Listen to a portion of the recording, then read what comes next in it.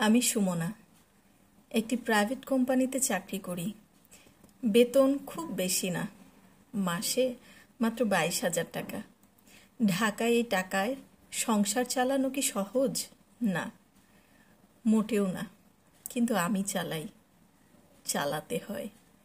কারণ আমার সংসার শুধু একটা বাড়ি না, এটা আমার যুদ্ধক্ষেত্র। বিয়ে হয়েছে 3 বছর। প্রথম দিকে অনেক স্বপ্ন ছিল। ভাবতাম একসাথে বসে চা খাবো, সন্ধ্যাবেলায় হাঁটতে যাব, ভালোবাসায় ভরপুর একটা ঘর হবে। কিন্তু বাস্তবতা অন্যরকম। শুরুটা ছিল সহানুভূতির অভিনয় দিয়ে। বিয়ের পর শাশুড়ি বলেছিলেন, মেয়ে, তুমি তো চাকরি করো, তাই ঘরের সব কাজ তোমার করার দরকার নেই, আমি আছি তো। আমি তো খুশি হয়েছিলাম, ভেবেছিলাম আমার শাশুড়ি বুঝদার একজন নারী। কিন্তু কয়েক সপ্তাহ পরে বুঝলাম সব কথা শুধু বলা হয়, পালন করার জন্য না। প্রতিদিন ভোর 5টায় ঘুম থেকে উঠি, রান্না করি, বাসন মাজি, ঘর ঝাড়ু দিই, কাপড় কাচি, তারপর ছোট ছোট রান্না বান্না। মাসে মাসে টাকাই দাও, সংসারের কোনো কাজই তো করতে পারো না। তোমার মতো মেয়ে হলে ছেলের কপালে কিছুই জুটবে না। এগুলো নানান কথা শুনতে হয়। শাশুড়ি কখনো সাহায্য করেন না, বরং আমার স্বামীকে কান ভাঙানি দেন। আর স্বামী, সে তো নিজের মায়ের ছায়া, যেন নিজের বউ একটা বোঝা। আমি অফিস থেকে ক্লান্ত হয়ে ফিরলে 1 গ্লাস পানি পর্যন্ত হাতে দেয় না, বরং চেহারা দেখে বলে, এইরকম মুখ করে থাকলে মানুষ কি সংসার করবে? অফিসটা আমার দ্বিতীয় যুদ্ধক্ষেত্র।